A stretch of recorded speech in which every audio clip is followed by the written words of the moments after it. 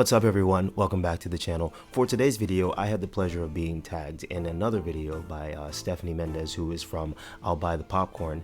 And in that video, she tagged a couple YouTubers, just asking various questions. So one of the questions was my favorite movie score so far in 2024 of the movies that have come out. And unfortunately, I have missed quite a few movies this year due to various reasons. And then by the time the weekend hits, I'm so exhausted from work that I never get to go to the movies. So a lot of movies I have missed, but there's been movies that I have seen. So far this year, my favorite movie score is the Furiosa track, because anything from Mad Max, like I recently watched the first one from years ago, months ago, and I was thrilled, overly thrilled with it, and just the score of it was beautiful. So going to see Furiosa Mad Max Saga, that score was amazing. It gripped me because I love music, first of all, and second of all, that whole world is just very interesting to me, and thirdly, that score added more to the movie. Yes, that movie might not have been the best, but it wasn't terrible by any means. It was a great movie, and with an even better score. As we all know, I love anime, I love animated movies, specifically the DC AMU, or the DC Animated Movie Universe. And so far for this year, my favorite animated movie has to be Justice League Crisis on Infinite Earths Part 2.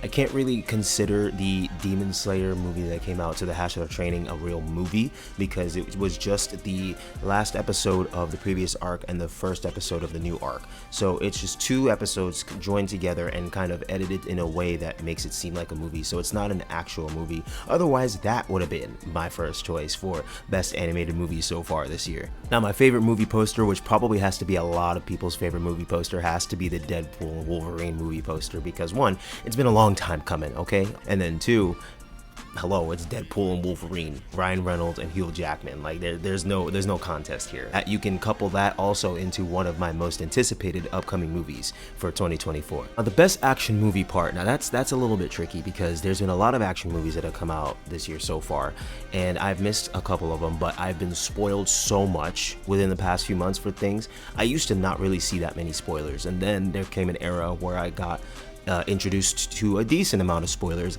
and now it just seems like it's just spoilers galore everywhere I go. No matter what happens, no matter who I'm talking to, no matter how many groups I leave that talk about spoilers, somehow spoilers seems to still find me, and I go out of my way to not see spoilers, and I still see them. I have to say, based off what I've seen already at Godzilla, that's the best action movie so far this year, by far. It has to be, because look, based off the scenes from what I've seen, and like people have showed me things, they've sent me things, and after a certain point, when you get spoiled with so many things, you're just like, whatever, it is what it is. I've seen so much from it that I'm just like, wow, that's gotta be by far the best action movie of the year so far. Furiosa had a lot of action in it, a lot of great things in it, but from what I saw from the scenes from Godzilla, it looked amazing. I regrettably have to say that my most disappointing movie so far this year is Ghostbusters Frozen Empire. Ghostbusters Afterlife was so amazing, so beautiful, it made me feel.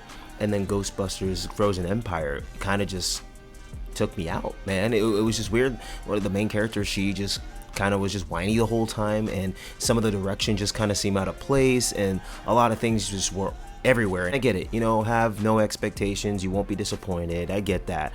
But with this movie, I was very disappointed in the delivery of it, and just how everything ended up being by the end of the movie. It just was just not what I expected, and it's not really what I was looking forward to. So for 2024 so far, my most disappointing movie, again, Ghostbusters Frozen Empire. Okay, now for the worst movie so far of 2024, there's a few.